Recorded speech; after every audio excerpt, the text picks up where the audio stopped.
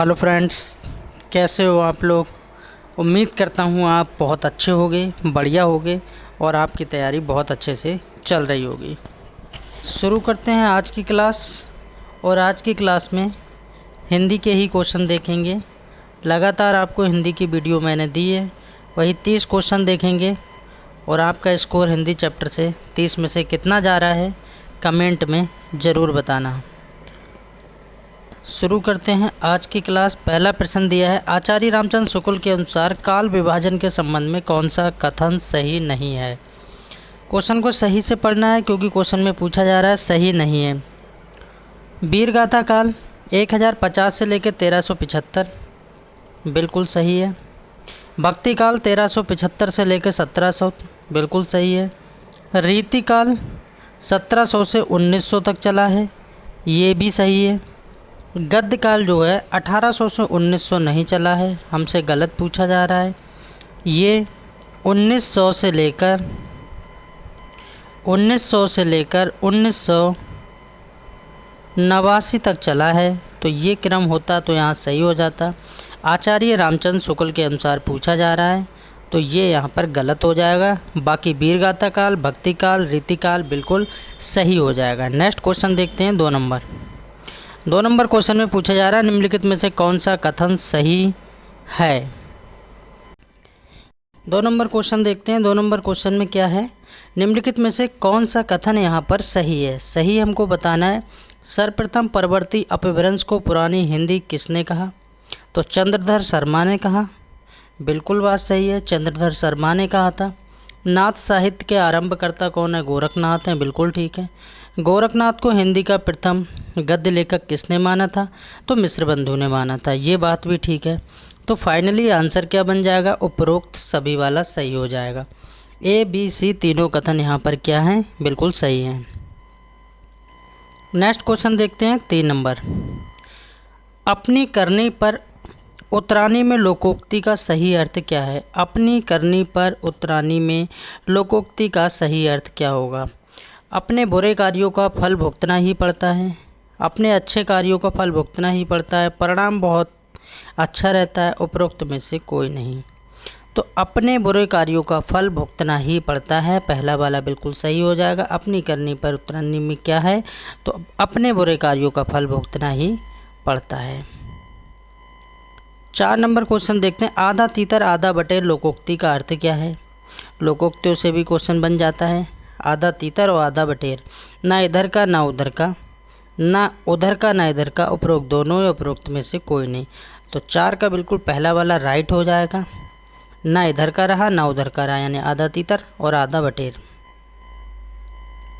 5 number question देखते हैं। देवालय का सही संधि विच्छेद क्या होगा। देवधनालय, देवालय, देवाय या उपरोक्त में से कोई नहीं।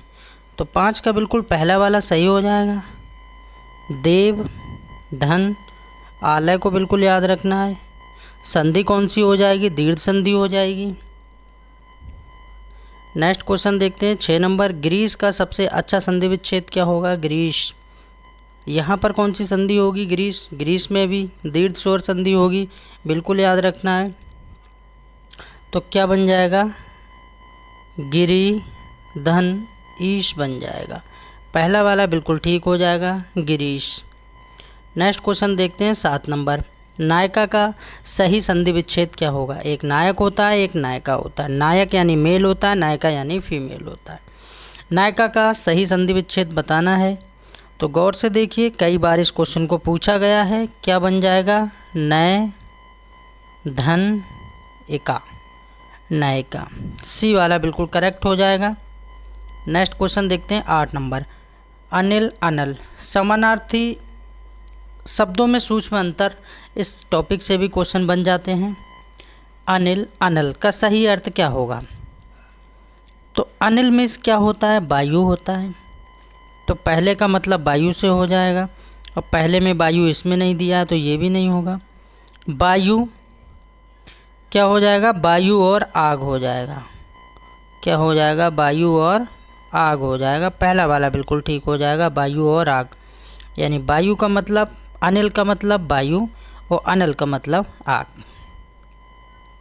9 नंबर क्वेश्चन देखेंगे। 9 नंबर, सर, सर का सबसे अच्छा अर्थ क्या है? यहाँ पर दो शब्द दिए हैं, एक तो बड़ा सा दिया है और दूसरा छोटा सा दिया है। रा दोनों में लगे हुए हैं, दो सा हैं, दोनों सा का अर्थ क्या होगा? बाढ़ और तालाब, बाढ़ और फूल, बाढ़ और तेज, बाढ़ और आदमी। तो 9 का बिल्कुल पहला वाला सही हो जाएगा। इसका मतलब होता है बाढ़ जो तीर द्वारा चलता है, और सर का मतलब होता है तालाब। उम्मीद करता हूँ आप लोग समझते होंगे, और कमेंट में अपना स्कोर ज़रूर बताना और वीडियो को लाइक ज़रूर करना। चैनल पे आप पहली बार आए तो चैनल को सब्सक्राइब भी ज़रूर करें। 10 नंबर क्वेश्चन देखते हैं। बात, बात का सही अर्थ। देखिए बा दोनों बने हैं, इस बा का पेट फटा हुआ है और इसका नहीं है। बात, बात तो क्या हो जाएगा? बातें और हवा हो जाएगा। इस वाले बात का मतलब बातें और इस बात का मतलब हवा हो जाएगा। ये क्वेश्चन जब एग्ज़ाम में पूछे जाते हैं तो हमारे लिए बहुत हार्ड लगते हैं, मुश्किल होती है। सारे डाउट्स क्लियर करेंगे, बस बने रहें लास्ट तक वीडियो में। 11 नंबर क्वेश्चन देखते हैं। निम्नलिखित में से कौन सा कथन सही नहीं है? सत्य हरिश्चंद्र, ध्रुव स्वामिनी, आजाद शत्रु, आचरण की सभ्यता। गौर से देखिए, सत्य हरिश्चंद्र एक नाटक है। क्या है? एक नाटक है जो भारतेंदु हरिश्चंद्र के द्वारा लिखित है। ध्रुव स्वामिनी, आजाद शत्रु, ये दोनों नाटक हैं, ठीक है, जयशंकर प्रसाद ने लिखे हैं। आचरण की सभ्यता एक निबंध है। आचरण की सभ्यता जो किसने लिखा है? सरदार पूर्ण सिंह ने लिखा है। तो हमसे अलग पूछा जा रहा है कौन सा कथन सही नहीं है, तो यहाँ पर अलग क्या हो जाएगा? आचरण की सभ्यता। बाकी तीनों क्या है? नाटक हैं, और ये क्या है? एक निबंध है। 12 नंबर क्वेश्चन देखते हैं। शुद्ध शब्द निम्न में से कौन सा है? शुद्ध शब्द को हमको पहचानना है। कौन सा? पनीर कैसे लिखा जाता है? पनीर, पनीर कैसे लिखा जाएगा? पनीर, ना पे बड़ी की मात्रा लगेगी, तो 12 का डी बिल्कुल करेक्ट हो जाएगा, पनीर। 13 नंबर क्वेश्चन देखते हैं। कौन सा शब्द शुद्ध है? शुद्ध बताना है। बहुत बार इस क्वेश्चन को पूछा गया है। कवित्री, कवित्री, तो कौन सा सही हो जाएगा यहाँ पर? कवयत्री, कवयत्री, कब यत्री, ये वाला सही हो जाएगा। ये किस में है? डी में। कवयत्री ऐसे लिखा जाएगा, तो 13 का डी बिल्कुल करेक्ट हो जाएगा, कवयत्री। 14 नंबर क्वेश्चन देखते हैं। डॉक्टर धीरेन्द्र वर्मा ने वैदिक ध्वनियों की संख्या मानी है।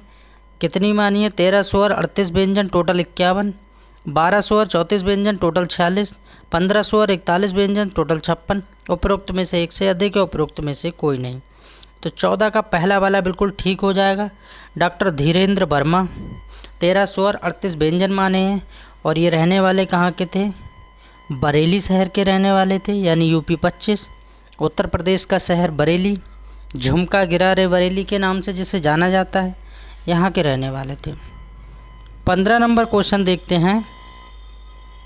निम्नलिखित प्रश्न में 4 विकल्पों में से उस सही विकल्प का चयन करें जो रेखांकित शब्दों के सही अव्यय के भेद को दरवाजे के बाहर कोई खड़ा है। समुच्चय बोधक में आपको बताना है। संबंध बोधक अव्यय हो जाएगा। सी बिल्कुल इस प्रश्न का करेक्ट आंसर हो जाएगा। 16 नंबर क्वेश्चन देखते हैं। सकल और शकल, सकल और शकल क्या हो जाएगा? संपूर्ण और खंड हो जाएगा। इसका मतलब हो जाएगा संपूर्ण और इसका मतलब हो जाएगा खंड। नेक्स्ट क्वेश्चन 17 नंबर देखते हैं। निम्नलिखित में से अनेकार्थी के संबंध में सही नहीं है। क्वेश्चन को सही से पढ़ना है, नहीं पूछा जा रहा है। पानी, जल, नीर, बारे, अम्बु, शिव, पारा, मोक्ष, जल। यहाँ पर थोड़ा त्रुटि है, कोई बात नहीं। ए, बी, सी और डी विकल्प नहीं लग पाए, कोई बात नहीं। 17 का बिल्कुल राइट आंसर क्या हो जाएगा? कमल, पानी, पंकज, पीलिया, मृत्यु। तो ये क्या है? यहाँ पर हमसे गलत पूछा जा रहा है, सही नहीं है। जल, पानी, नीर, ये सब अनेकार्थी बिल्कुल सही है। शिव, पारा, मोक्ष, जल, वसु, लिंग, ये भी बिल्कुल ठीक है। कनक, धतूरा, सोना, पलस, ये भी ठीक है। लेकिन कमल, पानी, पंकज, पीलिया, मृत्यु, मृत्यु किसका होता है? मृत्यु काल के लिए आता है, तो ठीक है, ये गलत हो जाएगा और यही हमसे पूछा जा रहा है, तो डी इस प्रश्न का बिल्कुल राइट आंसर हो जाएगा। 18 नंबर क्वेश्चन देखते हैं। निम्नलिखित में से राजा का समानार्थी कौन सा है? राजा, राजा की बात हो रही। धनी, प्यार, महादेव या बलराम। क्वेश्चन सरल है, आराम से बना सकते हैं। राजा का मतलब समानार्थी पूछा जा रहा है, तो क्या हो जाएगा? राजा कैसा होता है? रिच होता है, यानी धनी होता है। पुअर मीन्स क्या होता है? गरीब होता है।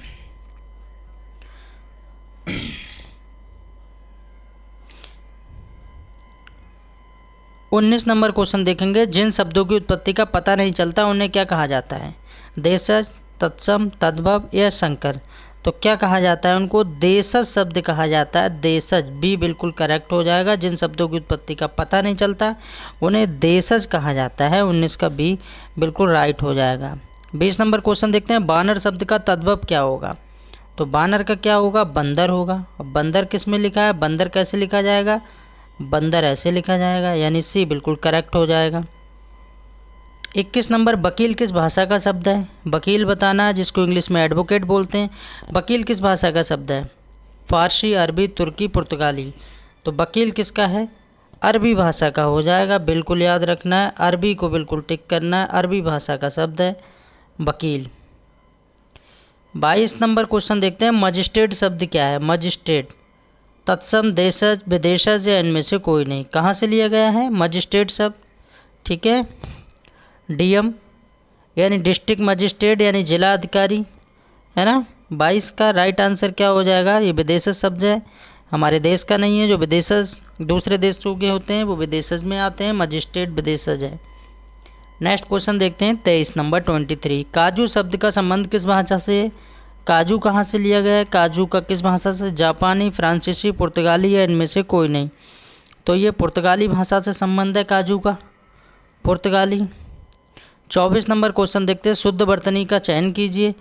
कैसे लिखा जाएगा? उत्सव। वर्तनी से काफ़ी क्वेश्चन पूछे जाते हैं। उत्सव ऐसे लिखा जाएगा। उत्सव सही किस में है? सी में है। तो 24 का सी हो जाएगा। कमेंट में अपना स्कोर ज़रूर बताना और वीडियो को लाइक ज़रूर करना है और ज़्यादा से ज़्यादा शेयर करना है। 25 नंबर देखते हैं, शुद्ध वर्तनी का चयन कीजिए। नक्षत्र कैसे लिखा जाएगा? नक्षत्र सही नक्षत्र कैसे होता है? ऐसे लिखा जाएगा। बी बिल्कुल करेक्ट हो जाएगा 25 का नक्षत्र। 26 नंबर देखते हैं, वर्तनी की दृष्टि से अशुद्ध शब्द कौन सा है? एक गलत है, उस गलत को पहचानना है हमें, अशुद्ध को बताना है। यानी बिल्कुल सही है, शुद्ध बिल्कुल सही है, शुष्क बिल्कुल सही है। तो यानी गलत है, यानी ऐसे लिखा जाता है। सेकंड वाला ठीक है, ये वाला गलत है। तो 26 का ए हो जाएगा। 27 नंबर क्वेश्चन देखते हैं, जहाँ न पहुँचे रवि वहाँ पहुँचे कवि। ऐसा कहा जाता है ना कवि के बारे में। कवि जब रचनाएं लिखता है तो जहाँ न पहुँचे रवि वहाँ पहुँचे कवि। तो कवि बहुत तर्कशील होते हैं, कवि बहुत भावप्रवण होते हैं, कवि बहुत विचारशील होते हैं, कवि बहुत कल्पनाशील होते हैं। तो 27 का सबसे बेस्ट आंसर हो जाएगा।